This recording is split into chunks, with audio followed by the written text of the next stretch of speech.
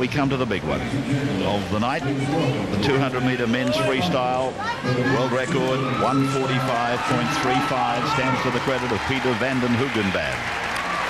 And of course that record took 2 100ths off the previous record held by Ian Thorpe, one of 12 world records that Thorpe has broken. And he lost this event at the Olympics to van den Hoogenband, and I've got no doubt this is the event that Ian would love to win when we get to Japan. And hopefully in the field will be van den Hoogenband. It could be lucky number 13 tonight. Bingo. Thorpe in 4, Pearson in 5, Matkovic in 3, Kirby in 6. It's going to be one of the problems here, Dunk, I suppose, is having somebody to take him out fast or stay with him, push him along. No Klim. Well, I think he's matured in his 200 metres freestyle that he really doesn't need a bunny anymore. Michael Klim did push him to some fantastic times, but I really think Thorpe is probably going to have the knowledge that he's going to be all by himself by a few body lengths at the 100-metre turn, that he's going to break this world record. He's going to do it solo. Here's Ray Haas. We've seen him in backstroke over the many years. He's only aged 23 years of age. Now he's turning his hand to freestyle, seeing a gap in the relay for himself. Of course, top 6 in this will be considered to go to the World Championships in the relays. Anthony Matkovic runs down the Australian Institute of Sport. He was 8th in this race last year, so he made the final last year and finished last there. Looking for an improved performance tonight. And this bloke's basically done it all. Second fastest all-time Olympic silver, of course, as Ray just said, trained by Doug Frost. 800-metre world record holder from last night. How tight is he going to be? That's going to be the $64 million question. Pan-Pac champion, national champion, Commonwealth champion, runner-up at the Olympics. Listen to that. Michael Klim, of course, is the world champion defending. It seems rather strange to me that in Japan, because Michael's not swimming here, Todd Pearson, by the way, in lane 5, it worries me that we can't put our top 4 in. I mean, Michael would have to be in the team, sure. Yeah, he will. He'll probably swim here in one of the relays and lead it off to get a time to match these guys, so he is in the relay. So eventually, somewhere through the meet, Michael Klim will swim the 200 metres freestyle, so the selectors can select him. Thank you, Dunk. Bill Kirby, we just saw. Bill's got a big chance. Of course, he won gold in the 800-metre relay in Sydney. Leon Dunn from Queensland, 151.04. Trains at Yeronga Park with Rick van der Zandt.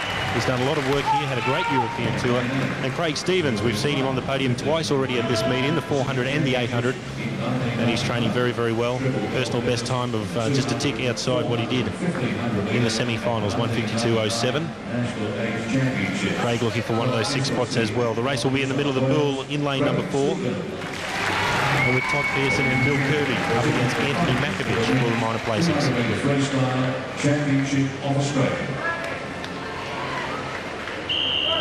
The 300-metre split time for van den Hoogenband was 118.31. I fancy if he's within a second of that, he's still a chance of breaking the world record. Away now in the final of the 200 metres for men. Williams in lane 1, Haas in 2, Matkovic in 3, Thorpe in 4, Pearson 5, Kirby in 6, Dunn is in 7, and Stevens, the stablemate of Ian Thorpe, is over in lane 8. Already Thorpe in the blue cap and the black bodysuit is the leader as they go down to approach the 50-metre mark. 4 laps of the pool. Thorpe goes through in front. 0.45 outside world time. Pearson second, Haas is third, and we go back to 4th placing at the moment, occupied by Dunn. Well, it's a very nice lap by Ian Thorpe, but he really hasn't gone out there in any way, shape or form after this world record so far. He's just standing back with Todd Pearson at the moment that you can see on the screen, and at the top of your screen, that's Bill Kirby, but he's not really dropping the field at this stage. He's looking for a big second half. 51.12 is the split time. He's 0.78 outside that. He maintains a lead of 0.34 outside or in front of Pearson. Haas is third, and lane 6 has gone through to be 4th now. Kirby, the crowd gets behind Ian Thorpe, and they want him to come home hard. Ian Thorpe then going down, 3rd lap. And look at the size of the kick on his legs. He's really putting it in this 3rd lap. He's setting himself up for a world record. Let's have a look at his turn. He's got to hit it correctly, and he does a great job. Kicks underwater. Here we go. So it's a chance. It's really a chance. Thorpe in front. Pearson second. Kirby third. Ian Thorpe heading back down the pool with about 25 metres left to swim. We're looking at this world record of van den Hoogenband's at 145.35. And Thorpe is scorching away from the field. He metres. I think he's going to make it 1:45.35. He's done it again. World record 13. It is world record 13. Korean Thorpe. And there's his coach, Doug Frost. What a swim. He wipes out the deficit of the Olympic Games. Silver there, but he's taken the world record and he's just chomped on it. He's taken about 0.7 off it, and everybody on their feet is standing. All during that 200 metres, you could look around the pool, and there's Michael Klim having a look. Adam Pine, Grant Hackett. Everywhere you can see all the top swimmers having a look at this great man. First among geese, well, equals in the Australian swimming team easily. And what a great race. Really dropped the hammer with 100 metres to go and just didn't look back. Used the rest of the field, Todd Pearson and the like, for the first 100 metres.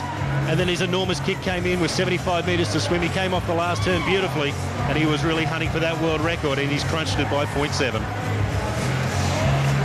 Well, there are no adjectives really left to describe this youngster. 18 years of age. That was world record, as I said, number 13 for him. And he is absolutely delighting crowds. 1:44.69, and he has absolutely smashed the record that Van den Hoogenband took off him. So he now holds the world record at 2, 4 and 8. As he certainly does. We're getting used to that double fist pump, aren't we, at the end of the pool? Every time we see that, the world record seems to get smashed. Here's Nicole. We mustn't keep the champion waiting. You're not even puffing. You're unbelievable. I am puffing. You're lying now, Nicole. How did you come up after the 800 metres freestyle and do that? You just keep amazing all of us.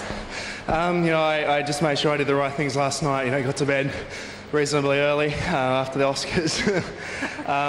But I just made sure I swam down, ate the right things, and convinced myself that I could swim well tonight in this race as well. I wanted to make sure in doing this program that some of my races weren't going to affect other races. In doing that tonight gives me the confidence to be able to swim the races that I've swum earlier and still be confident in what I can do in the back end of the program. Well, you've got the 200, the 400 and the 800 now. You've got the 100 freestyle left in this program.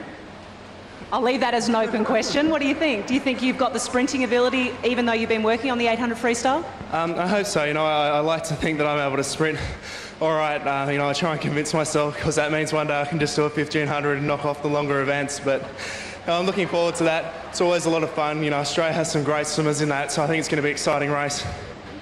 You've done a lot of world records now. Where does that one sit? 1:44.69, first time under the 1:45 mark? It's one of my favoured ones, but when I go in and swim, I try and compete against myself, try and compete against what I've done in the past. And my goal tonight was to go 1:45.36, and I went a little bit faster than that.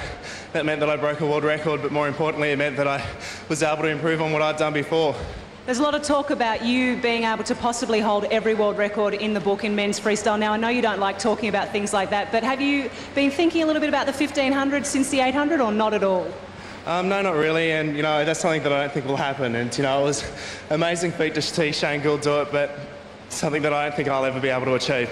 Well, congratulations, you are amazing, Ian Thorpe. Well done. All right, thank you, everyone. Yeah, Nicole Stevenson echoing the sentiments, I'm sure, of everybody. I think he's the greatest that we've ever had.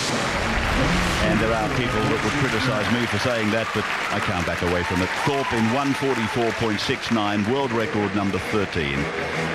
Kirby second, Pearson third, Haas was fourth. It was a race against the clock, though, and the champion has done it again.